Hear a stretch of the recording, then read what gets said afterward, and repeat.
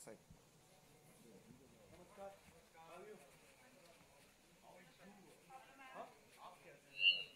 I'm always okay. I'm on the side. You are good.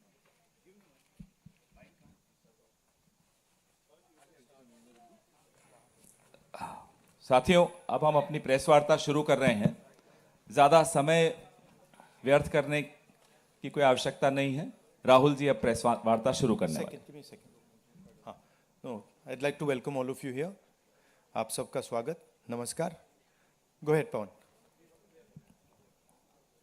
पहले राहुल जी अपनी press वार्ता करेंगे, क्योंकि समय की बहुत कमी है, तो हम बहुत लिमिटेड क्वेश्चंस जरूर लेंगे, 4 या 5, और उसके बाद ये प्रेस वार्ता को हम समाप्त करेंगे। ज़्यादा समय है नहीं, और उसके बाद एक आप लोगों के लिए चाय पानी की व्यवस्था है, हम लोग मिलकर फिर वहाँ चाय पे बात करेंगे।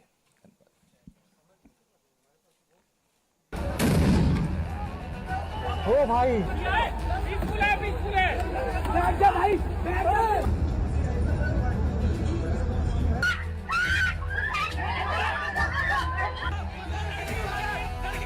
वो बेहोश पेशेंट के ऊपर चढ़ के गए, उन्हें डंडा मारा मेरी आंखों के सामने। हम डॉक्टर्स हैं, हम शांति से हेल्प करने आए थे, हम नारे भी नहीं लगा रहे थे। उन्होंने बोला तुम्हें बुलाया किसने, डंडे मारे उन्होंने हमें। बंदूक से फायर किया गया और इसके शरीर में जो आपको दिख रहे हैं ये बंदूक के छर्रे हैं।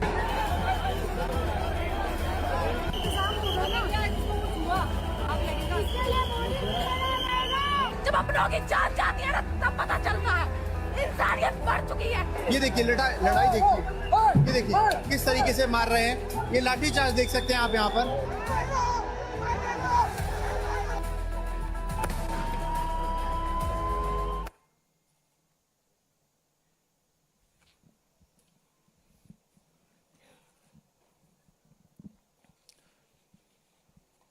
Question is, why is this happening to our students? What exactly have our students done? Thousands and thousands of students, what have they done to have security forces aiming weapons at them, to be beaten up, to be thrashed, to be humiliated? What have they done? What have they done wrong? They are protesting peacefully. They are asking for their demands. They are asking for what this country owes them. They are not doing a crime. They are simply asking that, listen, as students in this country, we deserve an education system that works. We deserve an education system that is fair, and we don't have it. Children have committed suicide. Our students go through unlimited stress. And then at the last minute, they are told that the paper has leaked. So there is a legitimate problem. And it is now a very deep problem in this country. So, the thing that is very clear to everybody is that our education system, which was known to be one of the best education systems in the world, is today a rigged system. I don't say this lightly.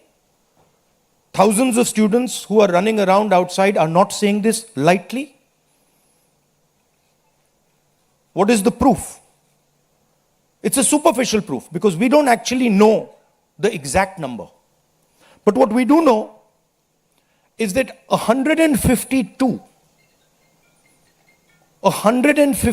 paper leaks have taken place over the last decade. If you do the math,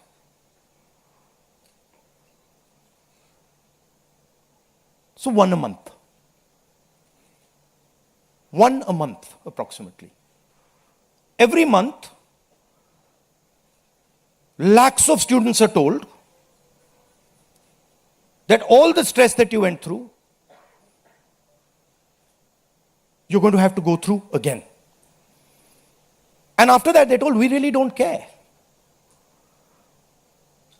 We don't care if there's a re-exam. We don't care how much you have to wait. We don't give a damn.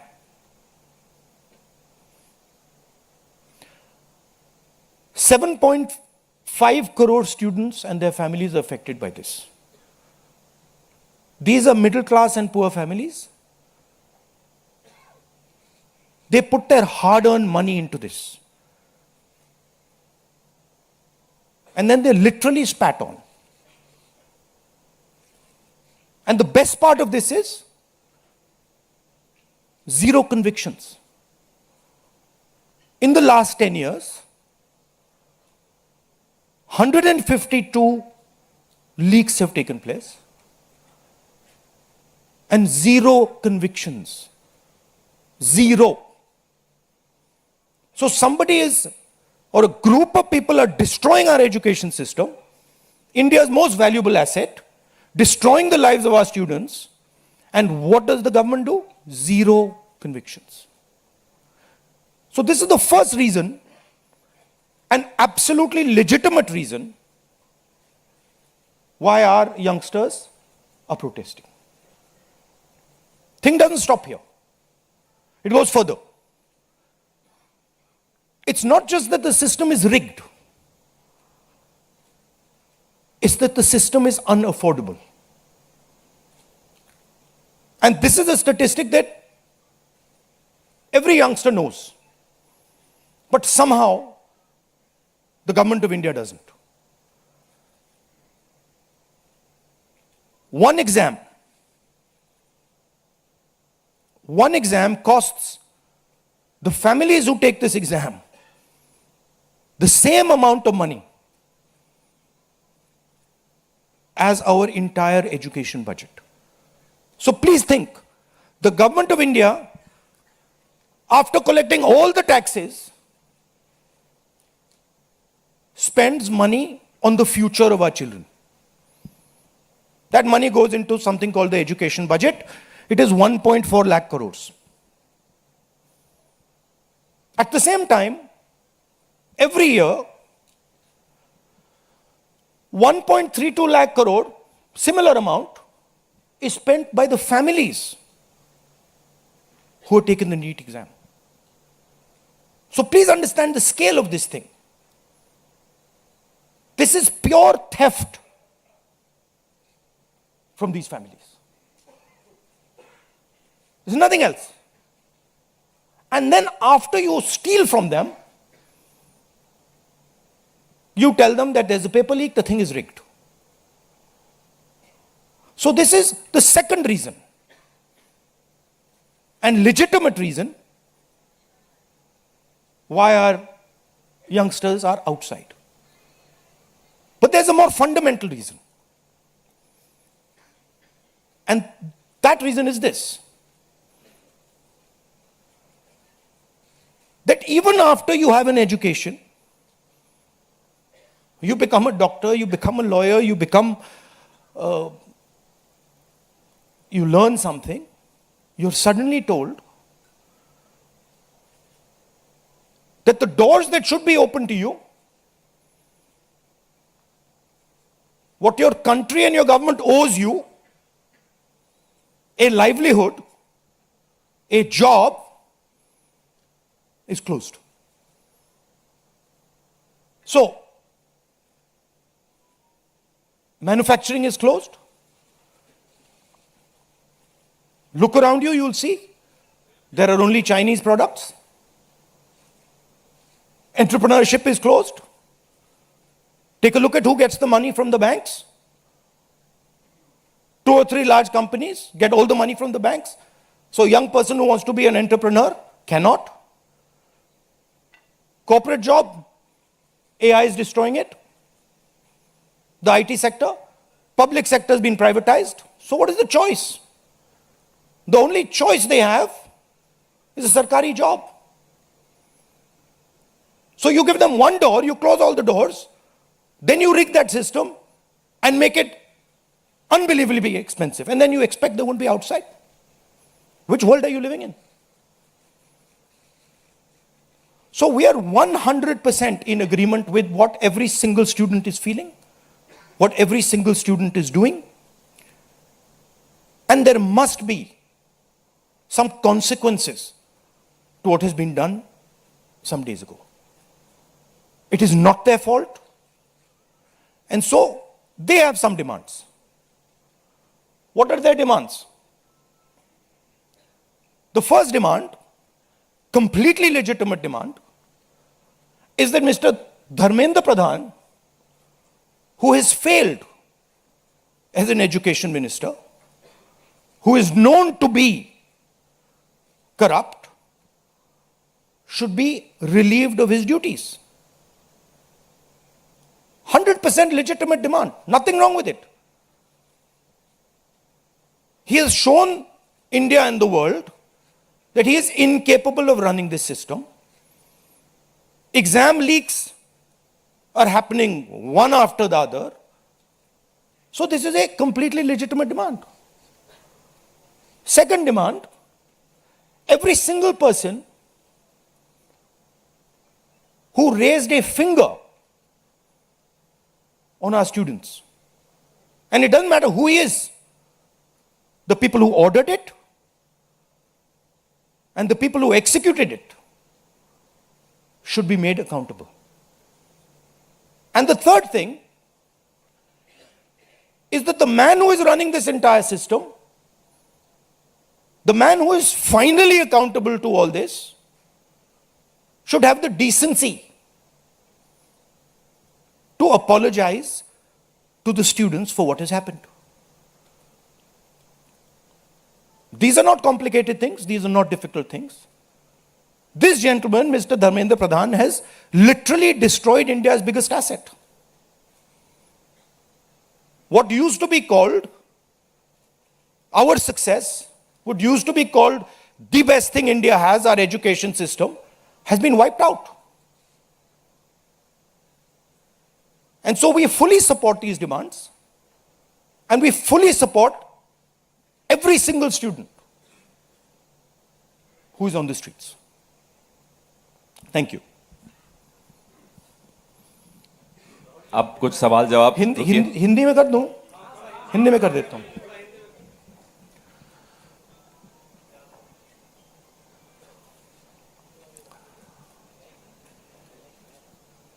कुछ दिनों से देश के students agitation कर रहे हैं, गुस्से में हैं, पीसफुल प्रोटेस्ट कर रहे हैं. इसके कारण है, पहला कारण, जो हमारा एजुकेशन सिस्टम है, जो पूरी दुनिया में मशहूर हुआ करता था as a great education system, वो अब रिग्ड एजुकेशन सिस्टम है. कितना रिग्ड है वो किसी को नहीं मालूम. सुपरफिशियली दिख रहा है कि 152 पेपर लीक हुए हैं पिछले 10 साल में. सच्चाई नहीं मालूम, क्योंकि ये 300 भी हो सकता है, क्योंकि बहुत सारी बार पेपर लीक हो गया, किसी को पता भी नहीं लगा होगा, वो भी हो सकता है. बट जो हमें मालूम है 152 152 पेपर लीक हुए हैं. स्टूडेंट तैयारी करते हैं, मेहनत करते हैं 8-8 10-10 घंटे 3-4-5 साल के लिए, और फिर लास्ट मिनट उन्हें बताया जाता है, देखिए जिनके पास पैसा है, 40 लाख रुपए जिनके पास हैं, 50 लाख रुपए जिनके पास हैं, वो पेपर खरीद सकते हैं. आपकी ईमानदारी का, आपकी मेहनत का कोई मतलब नहीं है. उनको 152 बार पिछले 10 साल में भी यह बताया गया है.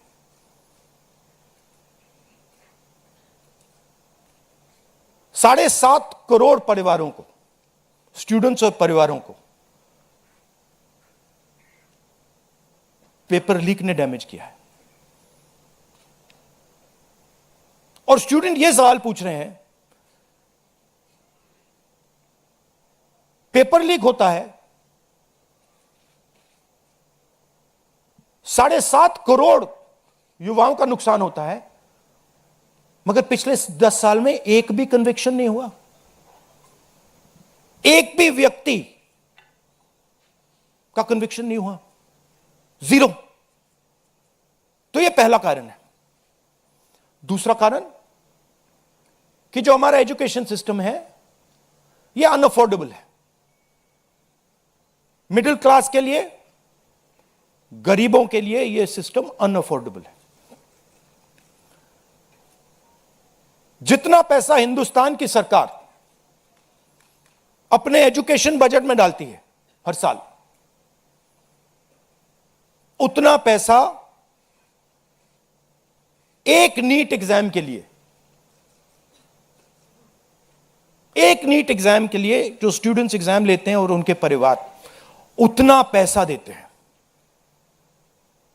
आप सोचिए, सरकार पूरे देश से टैक्स लेती है, जीएसटी, इनकम टैक्स सारा लेती है, और फिर कहती है देखिए ये जो पूरा टैक्स हमने लिया है आपसे, इससे हम 1.4 लाख करोड़ रुपए शिक्षा में डालेंगे। और फिर हिंदुस्तान का एजुकेशन सिस्टम कहता है इन परिवारों से कि आपसे हम 1.32 लाख करोड़ रुपए सिर्फ नीट एग्जाम लेने के लिए लेंगे।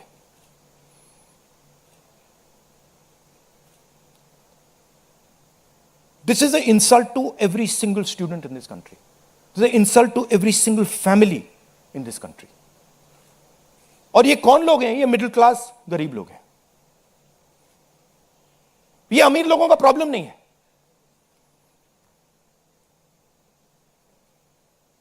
ये कॉर्पोरेट हाउसेस का, अदानी अंबानी का प्रॉब्लम नहीं है। ये मिडिल क्लास और गरीबों का प्रॉब्लम है। तो ये है दूसरा कारण। और तीसरा सबसे बड़ा कारण, एजुकेशन के बाद जो होना चाहिए, आप इंजीनियर बन गए, डॉक्टर बन गए, लॉयर बन गए, उसके बाद देश की कमिटमेंट होनी चाहिए कि हम आपको जॉब देंगे, रोजगार देंगे, फ्यूचर देंगे। देश का यही मतलब होता है। देश का मतलब होता है कि हम आपको फ्यूचर देंगे, हम आपको एजुकेशन देंगे, हम आपको हेल्थ केयर देंगे। यह फाउंडेशन होता है देश का। और यह देश कहता है कि नहीं, हम आपसे पैसा चोरी करेंगे, हम एजुकेशन सिस्टम को रिग करेंगे, और फिर उसके बाद सारे के सारे दरवाजे हम बंद कर देंगे। एक ही दरवाजा आपके लिए खुला होगा, सरकारी नौकरी, वो भी रिग्ड है। उसमें भी जिसकी जान पहचान है वो घुसेगा, जिसके पास 40 लाख रुपए है वो घुसेगा।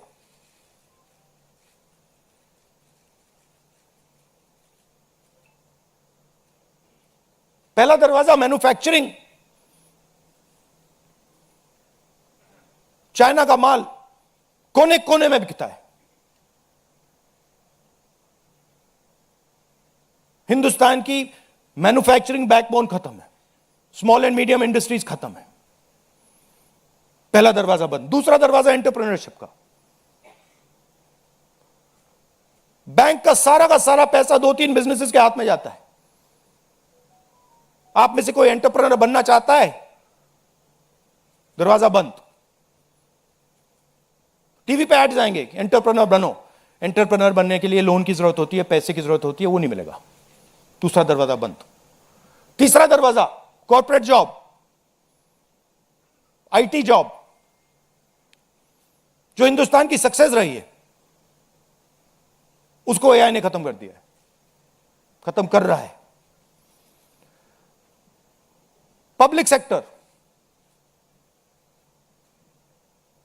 बंद, पूरा प्राइवेटाइज कर दो, खत्म कर दो। तो एक ही रास्ता है, वो सरकार वाला, गवर्नमेंट एग्जाम। और फिर उसमें कहते हैं सबसे पहले पूरी अपनी आमदनी दो, उसके बाद हम सिस्टम को रिग करेंगे। और आप लोग मिडिल क्लास के लोग, गरीब लोग अपना पैसा डालो, और जिसके पास 40-50 लाख रुपए है वो पीछे से बैकडोर से घुस जाएगा। ये 3 कारण है कि दिल्ली के स्टूडेंट्स, हिंदुस्तान के स्टूडेंट्स गुस्से में है, बाहर है। इनको क्या कमिटमेंट चाहिए? ये कोई ज्यादा नहीं मांग रहे। सबसे पहला कमिटमेंट जो सिंबल है इस चीज का, धर्मेंद्र प्रधान मिनिस्टर, सबसे पहले आप सिंबल को हटाइए। बड़ी बात नहीं है। सुसाइड हुए बच्चों के, 152 पेपर लीक्स हुए। स्टूडेंट्स की पहली मांग यह है, इनको हटाइए। दूसरी मांग, जिन्होंने स्टूडेंट्स पर आक्रमण किया है, जो आपने अभी वीडियो देखा, पूरी सोशल मीडिया पे, मतलब हजारों स्टूडेंट्स पे लाठी चल रही है, राइफल्स पॉइंट हो रही हैं, टांगे तोड़ी जा रही हैं, पैलेट गन से मारा जा रहा है। यह आतंकवादी नहीं है, यह हमारा फ्यूचर है। ये हमारे दुश्मन नहीं है, ये हमारे लोग हैं, हमारा फ्यूचर है। तो इन लोगों पर जिन्होंने वायलेंस किया है, हिंसा की है, इन पर एक्शन होना चाहिए। यह स्टूडेंट्स की दूसरी मांग है। और तीसरी मांग, जो इस पूरे सिस्टम को चलाते हैं, उनको स्टूडेंट से अपोलोजाइज करना चाहिए रिस्पेक्टफुली कि गलती हो गई, जो हुआ वो नहीं होना चाहिए था, आप लोगों को चोट लगी है, हम अपनी गलती मांगते हैं, कोई बड़ी बात नहीं। तो ये 3 डिमांड्स हैं। We are 100% supporting every single student, and we are fully behind you, and we are going to ensure that you are protected and your future is protected. Thank you. Thank you Rahul ji. First question Sanjeev Chopra, PTI. अच्छा, one second. अब इसमें 2 चीजें हैं। एक तरफ students है, उनका future है, वो क्या चाहते हैं कि बात उनकी इशू पे रहे। उनकी इशू क्या है? एजुकेशन सिस्टम, पेपर लीक, ये जो हुआ, इनको जो मारा गया, ये चाहते हैं कि शिक्षा पर, पेपर लीक पर, वायलेंस पर पूरे देश का फोकस रहे। मैं भी चाहता हूं और पूरा ऑपोजिशन चाहता है कि फोकस यहां रहे और इसके बारे में कुछ किया जाए, एजुकेशन सिस्टम को बदला जाए। और ये जो 3 डिमांड्स है स्टूडेंट्स की, दिल की डिमांड्स हैं, जो उनको चोट लगी हैं, उस आवाज से ये बोल रहे हैं, ये हमारे लिए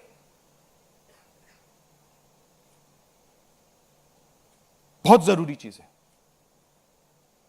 और दूसरी तरफ क्या है? डिस्ट्रैक्शन, कि ध्यान इधर उधर करो, कभी ध्यान उधर ले जाओ, कभी इधर ले जाओ, कभी आगे ले जाओ। 2 फोर्सेस हैं, एक फोर्स डिस्ट्रैक्ट कर रही है और दूसरी फोर्स फोकस करने की कोशिश कर रही है। Thank you. जीव चोपड़ा जी, माइक दो भाई। Rahul ji, we've all seen what has happened with the students on Monday. We've also seen what has happened yesterday with the protesting MPs right outside the Prime Minister's residence. you know, the manner in which the leader of opposition was roughed up, manhandled and beaten up and removed from the protest site. What would you say on that? But the government has accused you of crossing the line and not behaving in a manner befitting the leader of opposition. This So what to would me, you say? this how I was treated is an irrelevant issue to me. I don't care. Treat me 5 times worse, I don't care. The focus has to be on this. The focus has to be on what was done to the students. The focus has to be on the education system, on paper leaks, and on the costs that these children have been forced to pay. So, do whatever you want to me. 5 times, 10 times worse, I don't care. In fact, I like it because I learn from it. And the government's allegation on you? I don't care about government's allegations. Government's allegations are of no consequence to me. Siddharth ANI। Rahul ji, मेरा सवाल आपसे ये है कि क्या धर्मेंद्र प्रधान के इस्तीफे से कोई सॉल्यूशन आपको लगता है विपक्ष को कि उससे ही निकल जाएगा? क्या होना चाहिए? दूसरी बात ये कि इतने कई सालों में, पिछले 30-40 सालों से ज़्यादा की जो डेमोक्रेटिक सेटअप है हमारे देश का, हमने नहीं देखा कि विपक्ष के नेता प्रधानमंत्री के घर का घेराव करने पहुंचे, उनके घर के बाहर पहुंचे हों। क्या वजह रही कि आप लोगों को वहां जाना पड़ा? और अब सरकार में से भी आप मांग कर रहे हैं कि डिस्कशन हो और सरकार की तरफ से किरण रिजिजू आ जाए। उन्होंने कहा कि हम डिस्कशन के लिए तैयार हैं, लेकिन किस नियम के तहत करेंगे वो सरकार को तय करने दिया जाए। तो अगर सरकार किसी नियम के तहत आप लोगों से बात करती है तो आपने बहुत लंबा बोला भैया, आपके क्वेश्चंस क्या है? मेरा सवाल आपसे यही है कि क्या वजह रही कि आप लोगों को प्रधानमंत्री के घर तक पहुंचना पड़ा, और क्या धर्मेंद्र प्रधान के इस्तीफे से सॉल्यूशन? इसके 2 कारण हैं। हमें लगा कि अगर हिंदुस्तान के स्टूडेंट्स सड़क पे हैं तो ऑपोजिशन को भी सड़क पे होना चाहिए, पहली बात। दूसरी बात, हमारी नेचुरल स्पेस पार्लियामेंट है, और प्राइम मिनिस्टर हाउस जाने से पहले ऑपोजिशन स्पीकर के पास गए, उनके कमरे में गए, रिस्पेक्टफुली गए, और हमने स्पीकर से कहा देखिए यह बहुत बड़ा मुद्दा है, आप हमें बोलने दीजिए, इसके बारे में डिस्कशन करने दीजिए। स्पीकर ने कहा कि देखिए मैं सरकार से पूछूंगा, meaning it is not speakers decision, it is सरकार डिसीजन। ठीक है, पूछिए। पूछने के बाद कोई डिस्कशन नहीं, पूरे इशू को इग्नोर कर दिया। ठीक है, Dharmendra Pradhan, just put that other slide, Dharmendra Pradhan एक सिंबल है। धर्मेंद्र प्रधान is a symbol, and the students have pain about how they have been treated. That symbol has to be removed. Out of respect to the students, that symbol has to be removed, number 1. Number 2, that symbol has to be removed because he is a completely incompetent, probably collusive person in this drama. We know his background. We know how clean he is. We know the type of person he is. There's a history here. And to send a message to the country that we are listening to the students, we respect their sentiment, this man's got to go. And that is why we went to the Prime Minister House yesterday to support this demand, which is a demand that every single student is making. How the discussion is going to be held, who is going to hold it, it's not only the government's decision. Because 2 people need to talk. That's going to be decided by the opposition, at least our part of it. The government wants to distract from this. The government wants to rub this thing under the carpet. कि भाई ये हुआ ही नहीं।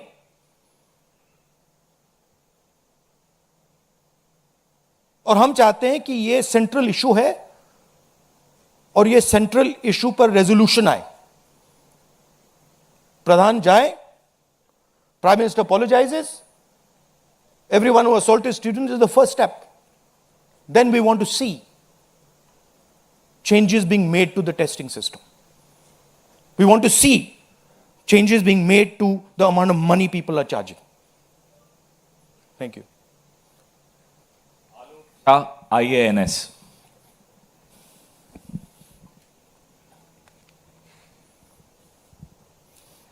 Sir मेरे दो सवाल हैं। पहला सवाल ये कि जितेंद्र सिंह जब आपसे मिलने आए थे, जब आप प्राइम मिनिस्टर के घर के आगे धरना दे रहे थे, तो उसके बाद उन्होंने कहा कि राहुल गांधी अपने बात पे अडिग नहीं है, बार बार वो चेंज कर रहे हैं, गोल पोस्ट चेंज कर रहे हैं।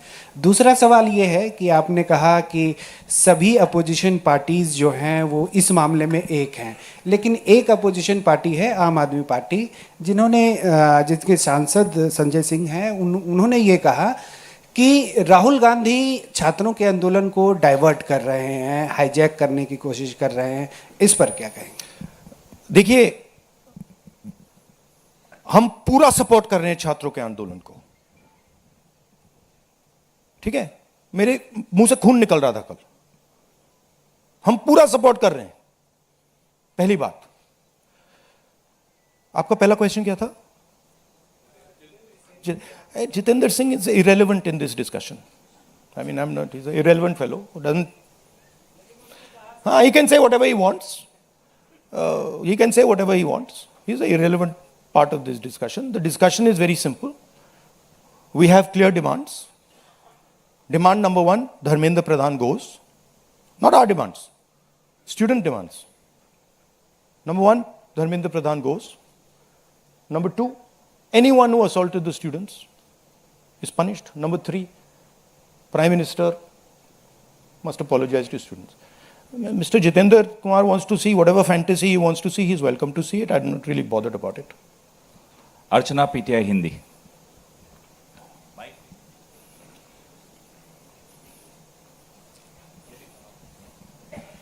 सर, कल जिस तरह से प्रोटेस्ट पे हमने देखा, आपको पंच भी किया गया, आपको मारा भी गया। What was your experience? क्या हुआ था exactly? It was fine. I'm used to getting punched and all. It's not a problem. It's not a problem. It was fine.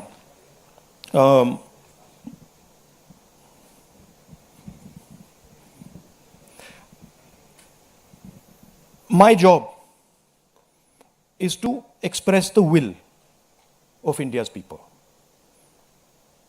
Whether it is the will of the students, whether it is the will of young people, whether it is the will of the farmers, this is the job that I'm supposed to do as leader of opposition. I'm supposed to become an expression of the voice of India's people. I'm supposed to bring attention to where pain is being felt. These are very small costs.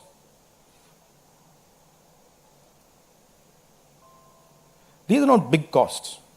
It's a huge honor for me to do this, to be able to stand with the wishes of my people. So, a couple of punches and all, this is not a problem at all. I'm happy to take many more. एक second मोहित दुबे।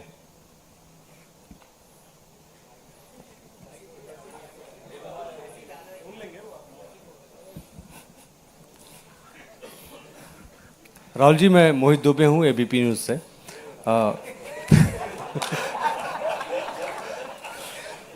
राहुल जी, अभी आपने कहा कि मुझे अपनी सुरक्षा की चिंता है नहीं, लेकिन आपकी सुरक्षा की चिंता मुझे लगता है कि क्योंकि नेता विपक्ष हैं, तमाम लोगों को है।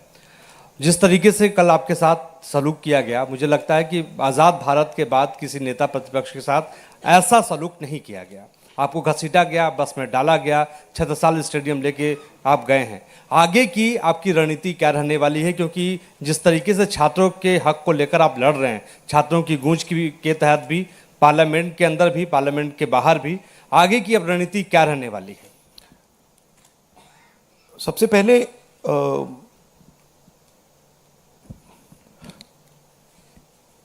सही है कि पुलिस वाले थोड़ा मुझे घसीट के ले गए, बट कान में कह रहे थे कि इस सरकार को हटाइए। Actually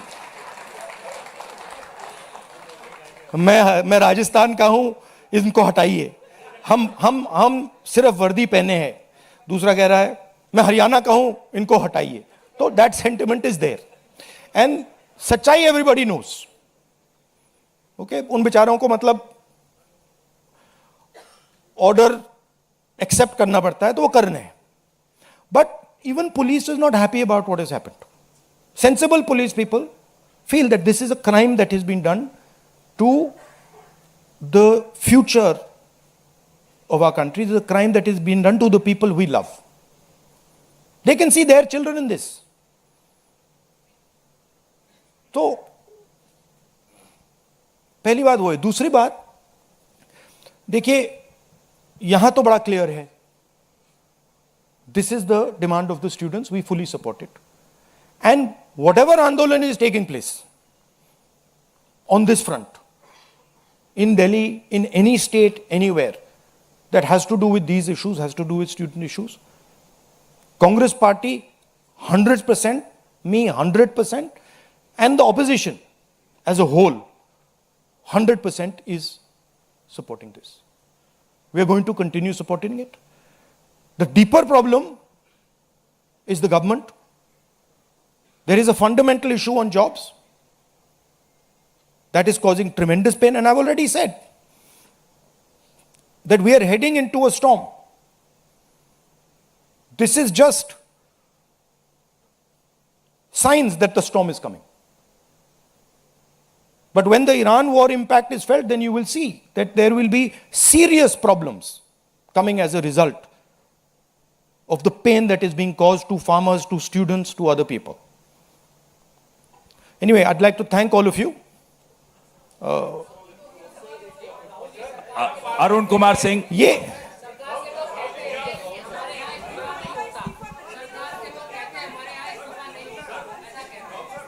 last question. एक मिनट सवाल पूछने दीजिए, 1 मिनट।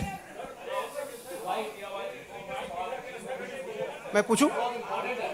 राहुल जी, एक छोटा सा सवाल है। पिछले 10-12 सालों में ये छोटा सवाल और बड़ा सवाल में क्या फर्क होता है? वो छोटा सा हो जाएगा ना। अच्छा, आपको दोहराना नहीं पड़ेगा। जितनी तेजी से आप वहां पहुंचे, पीछे पीछे मिनिस्टर भी पहुंच गए, बहुत तेजी से पहुंचे। आपको क्या लग रहा है, पहले तो कभी ऐसा हुआ नहीं था? What compelled him to reach out to you first? And second thing, ये जो तीनों डिमांड्स हैं, is it totally non negotiable? क्या इससे कम कुछ पर आप तैयार नहीं है और संसद नहीं चलेगी?